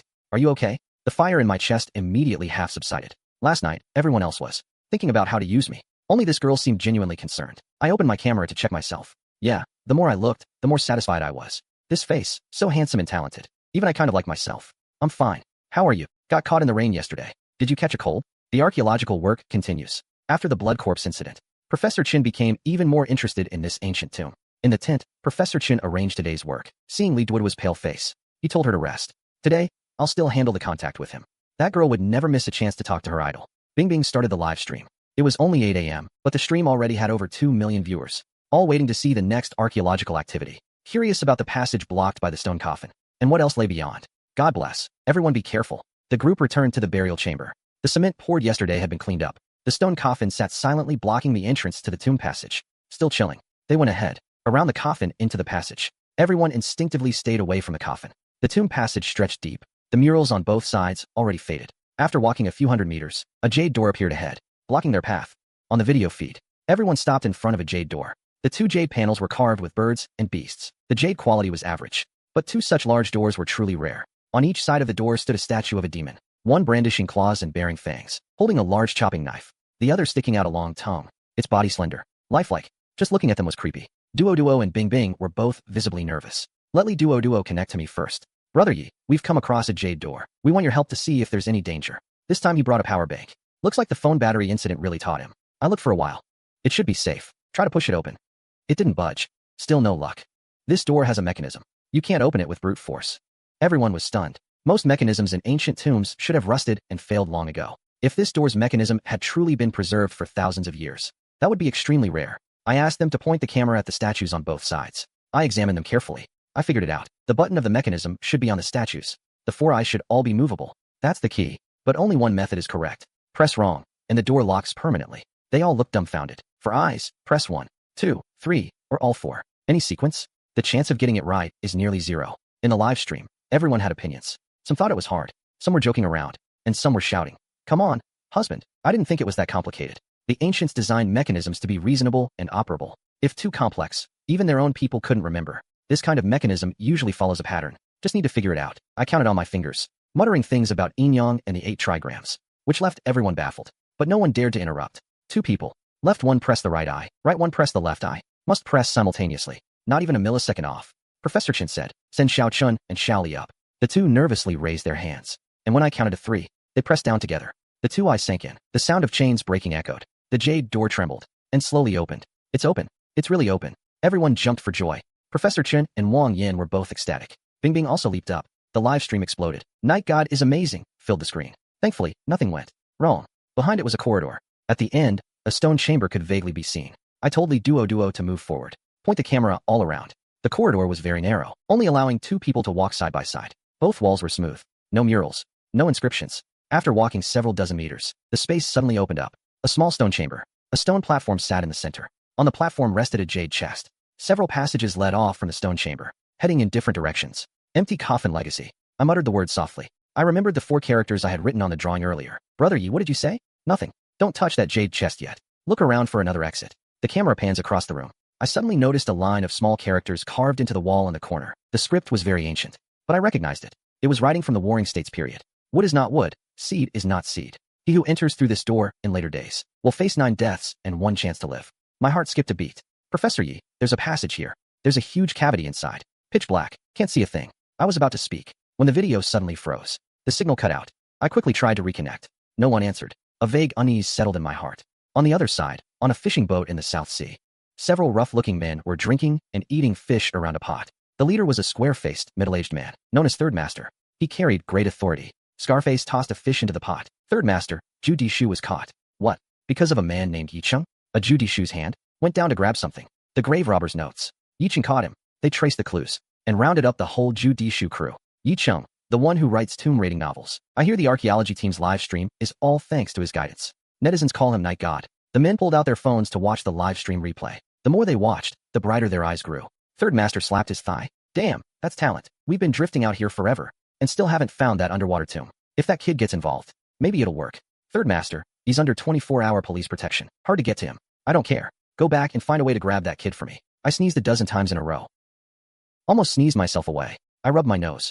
Who's thinking of me now? Ding. Guide the archaeology team to open the jade door. Reward, a pair of night eyes. I was overjoyed. Now I can see clearly even in the dark. This skill is freaking awesome. If I ever actually go down into a tomb, complete darkness won't affect me at all. Li Duo was concerned about me on the other end of the video. "Are you catching a cold?" I sniffled and said I was fine. Told him to go in and look around. The camera turned. Professor Chen had already walked in excitedly. Entered the tomb chamber. It was a very large space. The dome was covered in murals. The walls were lined with stone slabs engraved with inscriptions. There were 2 side chambers, one on each side. In the very center, 7 stone coffins were arranged at different levels. Their quality was far superior to the one outside. The coffins were densely covered with inscriptions. Everyone was stunned. They had never seen this kind of burial arrangement. 7 coffins, all identical in specifications. In ancient times, this violated the hierarchy of status. Professor Chen walked up to the coffins, staring at the inscriptions. Unfortunately, he could only recognize 2 or 3 characters. There were burial goods in the side chambers, but mostly decayed jars and pots. Not a single piece of gold or silver. "Brother Yi, can you read the inscriptions on the coffins?" I asked him to bring the camera closer. I looked carefully. It really is old Lu's tomb. The tomb owner is Lu Chengwang, a vassal lord of the Lu state. He was born with a ghost seal, able to borrow ghost soldiers from the underworld for battle. Later he said there was a rebellion of minor demons in the underworld, and he needed to go back to help. He kowtowed 3 times to the Duke of Lu. Then he transformed. The Duke of Lu hoped he would return to serve, so he built this Lu King's palace. Professor Chen listened and said, "There is indeed a record of Lu Xiaowang in historical texts, a great general of the Lu state with brilliant military achievements. But the title of king was probably self-proclaimed. Should we open the coffin?" Everyone shivered inexplicably. The shadow of the blood corpse still lingered. "Not yet, Professor Chen. Remember the characters I left on the drawing? Empty coffin legacy." Professor Chen was taken aback. "Is there more to this story?" Everyone grew curious. I mentioned the words, "empty coffin legacy." Only then did everyone remember. I had indeed left that note on the drawing. Actually, from the moment I saw that tomb robber's tunnel, I had my suspicions. Now, seeing these 7 coffins, I was almost certain. This is not Lu Shuowang's true resting place. It's only an empty coffin legacy. Everyone's eyes went wide. Professor Chen pressed for an answer. "According to this, the ancient tomb is completely intact. No signs of looting. That makes the presence of the tunnel very strange. So I suspect the grave robber back then was none other than Lu Shanwang himself." "What? How is that possible?" Everyone was completely confused. Before I explain, let me tell you an unofficial history about Lu Shanwang. According to the unofficial records, Lu Xiaowang's army rested during the day. and marched at night. The places they passed often had many broken graves. When asked, they said ghost soldiers came and went. Do you really think Lu Xiaowang could borrow ghost soldiers? There are no such things as ghost soldiers in this world. Don't you think this behavior resembles a certain profession? Li Duo gasped. Could Lu Xiaowang be a tomb robber? Digging up graves at night to cover his tracks. Resting during the day, if discovered. He'd say the tomb owner was conscripted into the ghost army. That's how the story of him summoning ghost soldiers started. I praised him. You're right, Duo, very smart. This Lu Xiaowang is indeed a tomb robber, and the ancestor of the official tomb robbing faction. Even Xiao Chao counts as a junior. Li Duo's face reddened again. Professor Chen looked thoughtful. Even though he was an old scholar, he wasn't rigid. In fact, he had specifically studied unofficial histories, cross-referencing them with official records. So he was very interested in the unofficial history I mentioned. Bing exclaimed to the camera. According to Professor Yi, Lu Xiaowang was actually a tomb robber. The place they are now is the tomb of the founding father of tomb raiding. Netizens also went crazy. Some said the tomb robber's own tomb had been dug up. Lu Xiaowang never imagined this day would come. Others reminded that night god said, "This is an empty coffin legacy. Old Lu isn't even here." Professor Chen snapped back to reality, staring at the 7 coffins. His expression gradually turned solemn. Xiaoyi, you mean, the real main tomb chamber is elsewhere? I took a sip of water, then continued slowly. These 7 coffins look randomly placed, but they are actually arranged in the pattern of the Big Dipper. In the tomb raiding world, this burial method is called the 7-star legacy coffins. It's the hallmark of the founding ancestor of tomb raiding. Any tomb robber with a bit of knowledge who comes here will kneel and kowtow, then leave the way they came. Everyone listened, stunned. Professor Chen mentally connected the center points of the 7 coffins. It really did form a big ladle shape. Professor Yi, since you say these 7-star legacy coffins, it really is the shape of a big spoon. Professor Yi, since you say this 7-star remnant coffin, only tomb raiders would know that. Then how do you know it? Everyone's eyes were glued to the phone screen. My mouth twitched. Why can't they focus on the important stuff? They keep linking me to tomb raiding. The live chat exploded. Yi Shun is stunned. No way to explain now. Yi Shun, still saying you're not a tomb raider? I sighed inwardly. Bing, oh Bing. The question you asked. How am I supposed to answer that? I scratched my head. Well, read more books. It's all in books. That's where I got the material for my novel. Even I knew that sounded weak. Brother Yez, Tomb Rat Diaries must have blood in it. I pretended not to hear. Professor Chun was gracious enough not to dwell on that question. Instead, he pressed on about the other main chamber. Xiaoyi, you said Lu Wang took over someone's nest? That older tomb. Whose do you think it is? The kind of thing that would make him ignore such taboos. There must be something incredible inside. As for what exactly, we'll only know once we get in. Then when do we go in? I can hardly wait. Hold on, I paused. First, let's figure out these 7-star deceptive coffins. Out of 7 coffins, only 1 is real.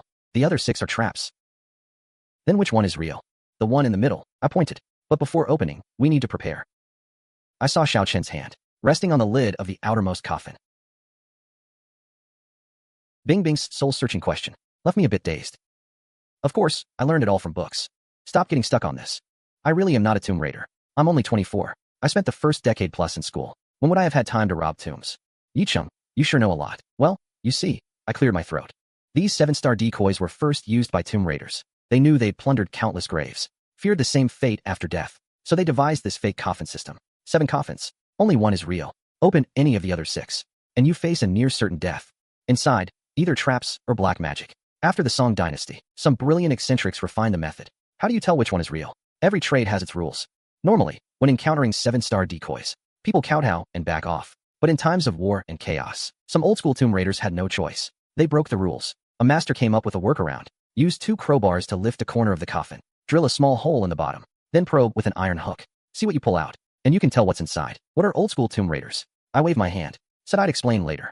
Now, do you all believe me? Everyone looked at each other. Reasonable and well-argued.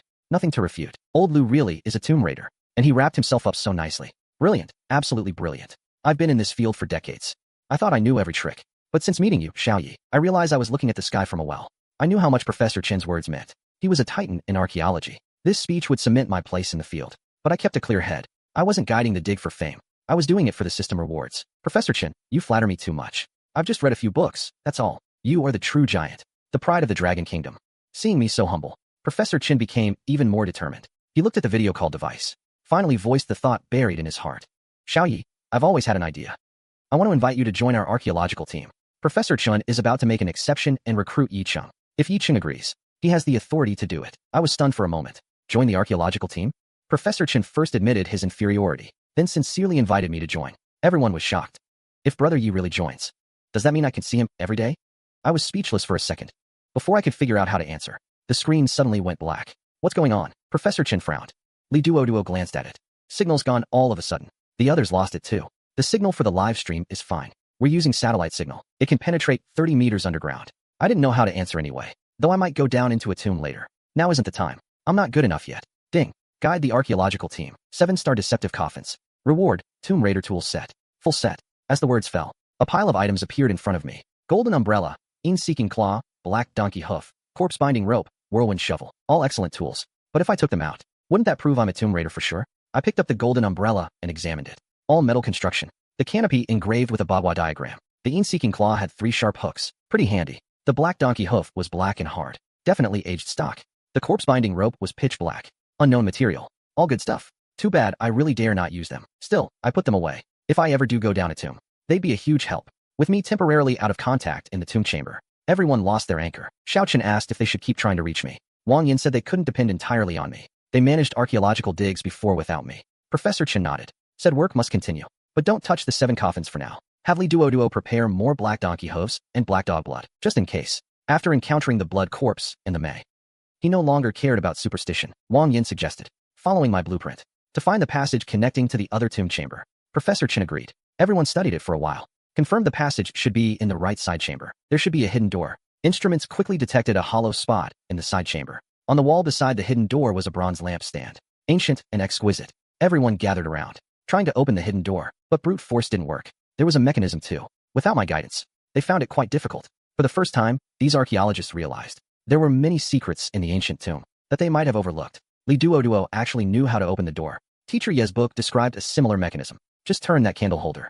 We can try. It's a wall. If it doesn't work, we can break through. If we get it wrong, we might get locked in. Professor Chen nodded. Let Li Duo try. Duo walked over, reached out, and turned it. Without any hesitation, the bamboo cup turned, pulling the chain. A mechanical sound rings out. The ground trembles slightly. A stone door in the wall swings open. It's open, it's open. Duo, you're amazing. Your treasure hunting girl found the hidden mechanism. Same rules as before. We'll go in and scout first.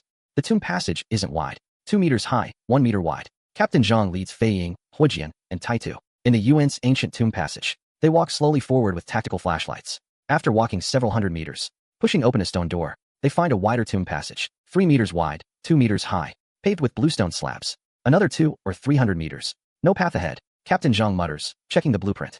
There's clearly a path on the map. They search around. The walls are all solid. Taitu says, could the passage be below? He stomps hard on the ground. Suddenly the ground beneath them gives way. They fall straight down. The change comes too suddenly. Before they can react, they fall. Captain Zhang's heart sinks. In ancient tombs, such traps usually have blades below. He lets out a silent wail, but then thinks of Professor Chen and the others not coming in, and feels it was worth it. Thud after thud. They hit the ground. Painful, but not dead, and not injured. Fortunately, no hidden traps below. Captain Zhang gets up. Fei Ying, Huijian, Taitu. How are you all? Fine, just hurts from the fall. It was my fault for stomping. We're clearing the way for the archaeology team. Better us than Professor Chen and the others. They fix their flashlights and find this is a pit over a meter deep, square in shape. Ahead is a corridor. Captain Zhang takes out the blueprint. So the passage was below all along. Teacher Yi is truly amazing. They prepare to move on. Captain, don't move. A plop. Something lands on Captain Zhang's back. A corpse beetle opens its mouth to bite. Bang. A gunshot. The corpse beetle is shattered. Green juice splatters all over Captain Zhang's face. Look up above. Fei Ying shouts. Everyone looks up. Above is a dense black mass of corpse beetles. The big ones are the size of soccer balls. The small ones the size of fists. Crowded and thick. More are crawling out of holes in the surrounding walls. Run. They scramble forward. Corpse beetles rain down like a waterfall. Gunfire keeps ringing out. Professor Chen and the others are sorting burial goods. Li Duo suddenly stops. Do you hear that? What's that sound? Who's setting off firecrackers? That's gunfire. Come in, please respond. Everyone grows worried. Captain Zhang and the others are in trouble. Professor Chen has someone contact them via walkie-talkie. A minute later, Captain Zhang's voice comes through. He's breathing heavily. We've encountered corpse mutations. This maze is full of corpse mutations. The mutations carry corpse poison. Getting bitten many times is no joke. Captain, do you need backup? Don't come in. It's haunted. Captain Zhang's word haunted makes everyone in the room gasp. Who is Captain Zhang? A hardened warrior. He wouldn't blink facing an enemy. But now his voice carries fear. What did he encounter? Captain Zhang, what did you see? A young soldier presses. No reply from the walkie-talkie for a long time. Professor Chen's face turns grim. He thought it was just a maze inside. Now there are not only corpse beetles, but also unexplainable things. He shudders to think. If Captain Zhang hadn't stopped him, he might be the one in danger now. Just then, the walkie-talkie sounds again. Fei Ying was grabbed by a hand. We're chasing it. Contact Teacher Yi quickly. A hand. A long, slender hand. Green, with 7 long, thin fingers. The arm is very long. Gunfire comes through. Very, very long. Professor Chen clenches his fists. He can't just watch Captain Zhang and the others get hurt. I'll take a few more young soldiers and go in to rescue them. Wang Yin insists on going. Everyone's expressions are determined. They head toward the ancient tomb together, ready to rescue the trapped teammates. You're still young. If something happens to me, the archaeology team will need you to take charge in the future. Everyone's eyes redden. I'm going with you. I can get in touch with him. I'm going in too. If we don't capture what's inside, the netizens won't be satisfied. Li Duo gets a satellite phone. Finally contacts me. The video connects. She almost cries with joy. Don't cry, it's okay. I know the situation. Go in first. Be very careful. Brother Yi, Captain Zhang said it's haunted in there. Are there really ghosts? I don't know if there are ghosts, but from Captain Zhang's description, it's probably not ghosts. It's a special kind of plant. A plant? The heavy weight in everyone's heart inexplicably lifts a little. Professor Chen quickly asks where I've seen such a thing. I saw it in a book. There is an ancient divine tree called the nine-headed snake cypress. It coexists with corpse beetles. It has countless long, thin vines. At the tips of the vines are seven-fingered little hand-like things. The tree itself only traps prey. What kills is the half-grown corpse beetles. Once they're dragged back, they become food for the beetles. The beetles' droppings become fertilizer for the tree. Everyone listens, stunned. Hello everyone, and welcome back. Today, I want to take you behind the scenes and share how I create the videos on this channel. You may usually watch the final stories, but behind each video, there is a long process that includes ideas, writing, AI images, video creation, voice work, and editing.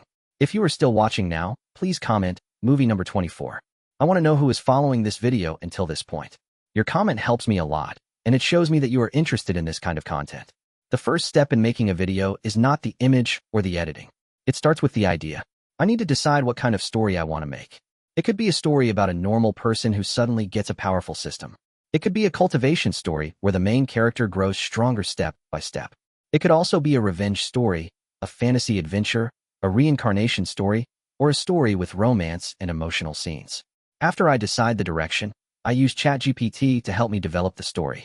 I use it to create the plot, organize the events, write narration, build dialogue, and improve the story structure.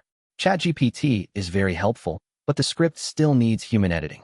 I need to make sure the story sounds natural, the pacing is good, and the emotional moments are strong enough. Writing a good story takes time. The opening needs to catch the viewer's attention. The middle needs to have conflict and development. The ending needs to leave an impression. If the story is too slow, people may lose interest. If the story is confusing, people may not understand what is happening. So I always spend time adjusting and polishing the script before moving to the next step. After the script is ready, I start creating the characters using AI. This is where the story begins to become visual. I create the main character, female characters, villains, background characters, and different environments. I need to make sure their appearance fits the story. The clothes, face, expression, pose, and background all need to work together. For example, if the story has a powerful fantasy setting, the characters may need dramatic lighting, magical energy, and strong poses. If the story is modern, the visuals may need city backgrounds, stylish clothes, or futuristic elements. If the scene is emotional, the character expressions must feel soft and believable. AI images can be beautiful, but they are not always correct. Sometimes I get images with wrong hands, strange faces, incorrect clothing, or details that do not match the story. So I have to create many images, choose carefully, and sometimes fix or regenerate them many times. After I have the images, I turn them into video. I add motion, camera movement, effects, and transitions.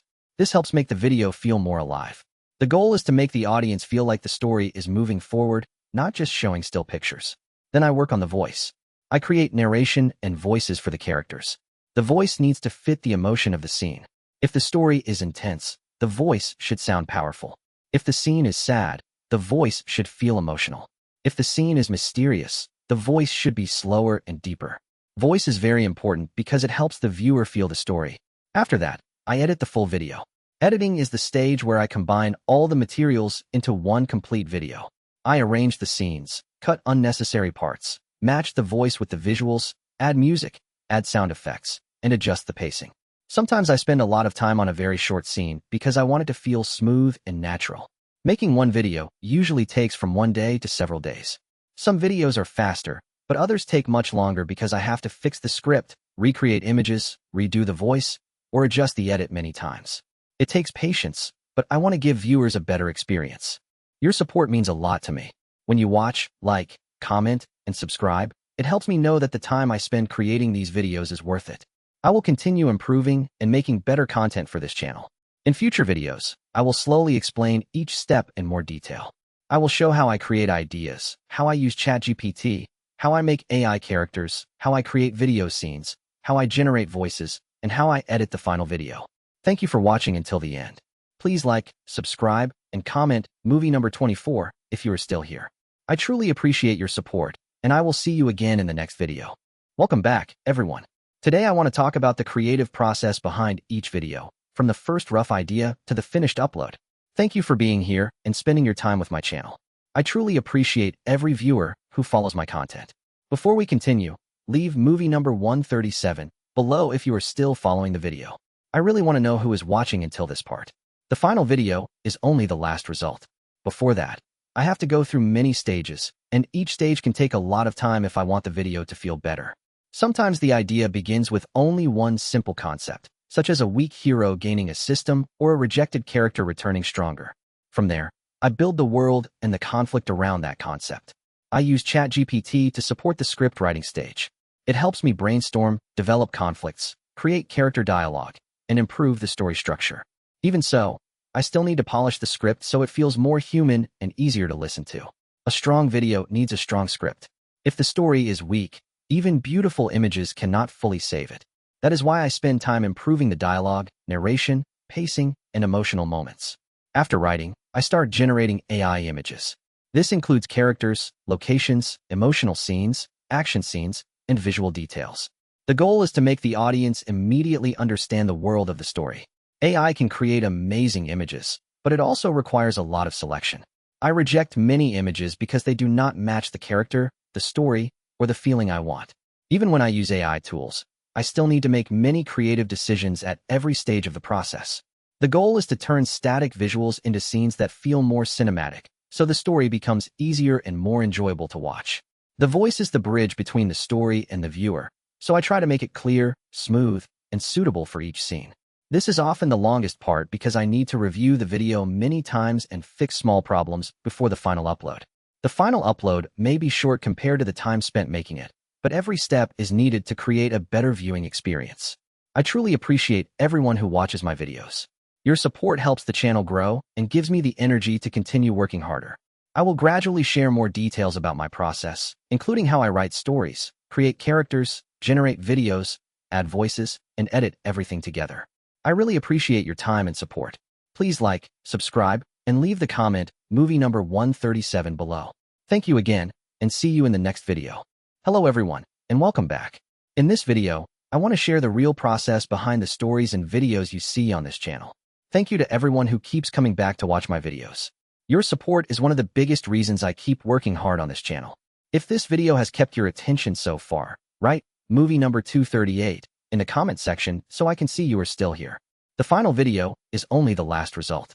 Before that, I have to go through many stages, and each stage can take a lot of time if I want the video to feel better. Everything starts with a story idea. I ask myself what kind of journey the main character will have. Will they start weak and become powerful? Will they receive a mysterious system? Will they take revenge, enter another world, or uncover a secret power? These decisions shape the whole video. I treat ChatGPT as a helper, not as a replacement for the whole creative process. It supports the writing, while I decide what stays, what changes, and what needs to be rewritten. Writing the story takes a lot of patience. A sentence may look good when written, but it may sound strange when read aloud. Because of that, I adjust the narration, simplify confusing parts, and make the story more engaging. After writing, I start generating AI images. This includes characters, locations, emotional scenes, action scenes, and visual details. The goal is to make the audience immediately understand the world of the story. I also need to watch for small errors, because one strange detail can make the whole scene feel less professional. Even when I use AI tools, I still need to make many creative decisions at every stage of the process. The next step is video generation. I use the images as the base and create movement, scene transitions, and visual effects so the story feels active. Good voice timing can make a scene feel stronger. If the narration is too fast or too slow, the whole rhythm of the video can feel wrong. This is often the longest part because I need to review the video many times and fix small problems before the final upload. Making one video can take a long time. Depending on the difficulty, I may spend 1 day, 2 days, or even several days before the final version is ready. Your support is not just a number. It is the reason I feel motivated to keep learning, creating, and improving. Later, I will explain each stage more clearly, from idea creation and script writing to AI images, video generation, voice work, and editing. I really appreciate your time and support. Please like, subscribe, and leave the comment movie number 238 below. Thank you again, and see you in the next video. Welcome back, everyone. Today I want to talk about the creative process behind each video, from the first rough idea to the finished upload. Thank you for being here and spending your time with my channel. I truly appreciate every viewer who follows my content. Before we continue, leave movie number 299 below if you are still following the video. I really want to know who is watching until this part. The final video is only the last result. Before that, I have to go through many stages, and each stage can take a lot of time if I want the video to feel better. Sometimes the idea begins with only one simple concept, such as a weak hero gaining a system or a rejected character returning stronger. From there, I build the world and the conflict around that concept. I use ChatGPT to support the script writing stage. It helps me brainstorm, develop conflicts, create character dialogue, and improve the story structure. Even so, I still need to polish the script so it feels more human and easier to listen to.